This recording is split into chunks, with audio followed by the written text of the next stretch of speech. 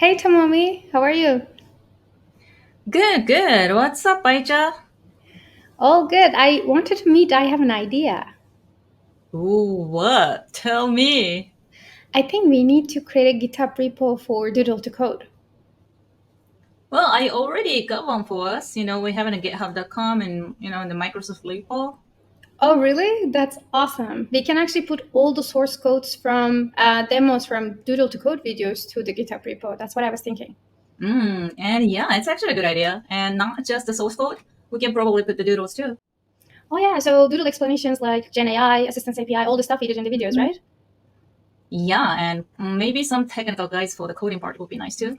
Oh yeah, yeah. So people can actually ask their questions, try to run the apps by themselves. It makes sense. Yeah, and we can update the repo with every new video.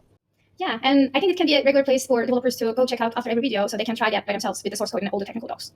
Yeah, and maybe they can learn about some concepts of Gen AI and all that with doodles too. Can we really do this? Yeah, why not? Let's do it.